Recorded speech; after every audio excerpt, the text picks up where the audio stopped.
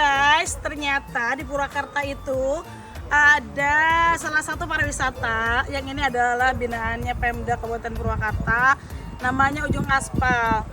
Ini view-nya luar biasa. Untuk kita bagaimana menguji adrenalin kita, juga paru-paru kita biar sehat, harus ke sini guys gitu, karena saya melihat bahwa ini tidak hanya sekadar potensi, tapi ini juga merupakan salah satu investasi alam yang Allah sudah ciptakan untuk kita senantiasa bertafakur dan tadabbur.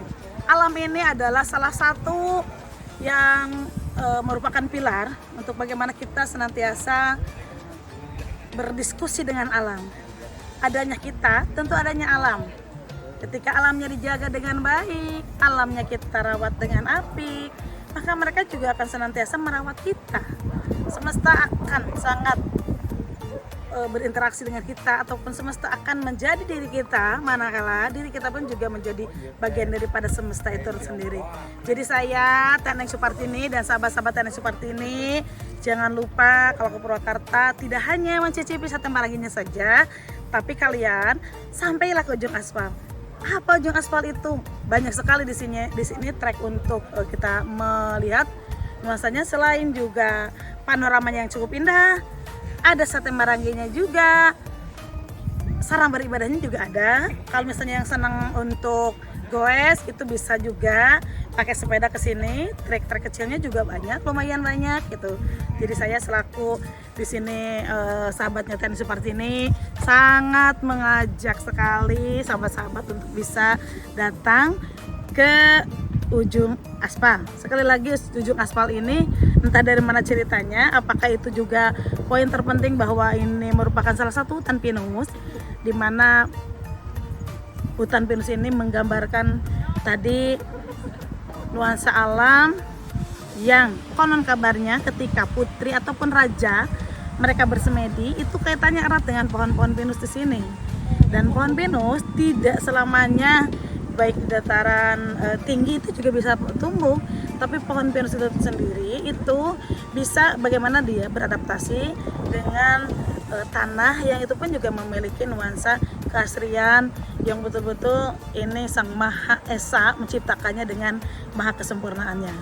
Oke, kita lihat ya sekelilingnya. Oke, ini jembatannya bukan jembatan Shiratal Mustaqim guys, tapi jembatannya adalah jembatan buatan. Ini menggambarkan tentang tadi bahwa itulah biar kita bisa melihat tuh view-nya bagus ya, juga pegunungannya masih asri, pegunungannya tuh pohon-pohon pinusnya ini asri banget gitu. Beda, bisa untuk makan ataupun juga kita hanya sekedar yang pacaran kesini gitu ya, hanya foto-foto. Anginnya juga tidak kencang banget. Kalau misalnya yang suka camping gitu ya, itu bisa loh. Pokoknya mah mirasa dahar, mirasa bobo, di dia katingalina, sebab cainya juga sangat bening, cai herang gitu ya. Dan ada juga curug.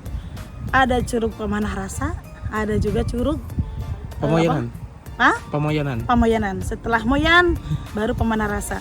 Buat para jombrekers, jangan sampai Anda memeluk pohon aja ya. Tapi peluk kekasihmu supaya biar jadi istri halalmu guys. Pokoknya tong hilap ke Ujung Aspal. Kalau misalnya ke curug itu lebih indah. Dengan posisi kita capek menanjak sampai ke bukit. Tapi karena saya penasaran pada waktu itu, saya sampai ke curug itu. Dan ternyata betul apa yang namanya curug Pamoyanan sama curug Pemanah Rasa itu bisa memikat Anda semua. Tapi infonya kalau pasangan yang kesini itu ada mitos kalau misalnya diajak kesini tuh katanya nggak berjodoh. Kenapa nggak berjodoh? Karena Anda memikirkannya terlalu jauh. Pengen nikah hari itu juga, pengen halal hari itu juga, mahar tidak punya, itu yang mesti Anda pikirkan. Oke guys, yuk kita ikutin. Aduh, sahabat-sahabat Teneng, mari kita ikutin. Nah, ini pengerjaan. Aduh, treng.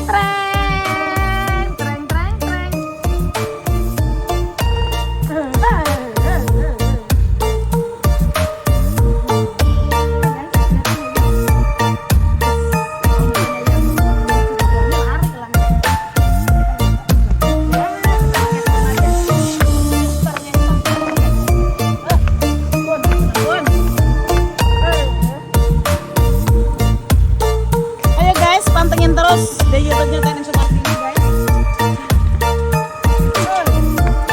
Masa kecil yang paling bahagia dia jatuh-jatuh. Memuji adrenalin kita guys.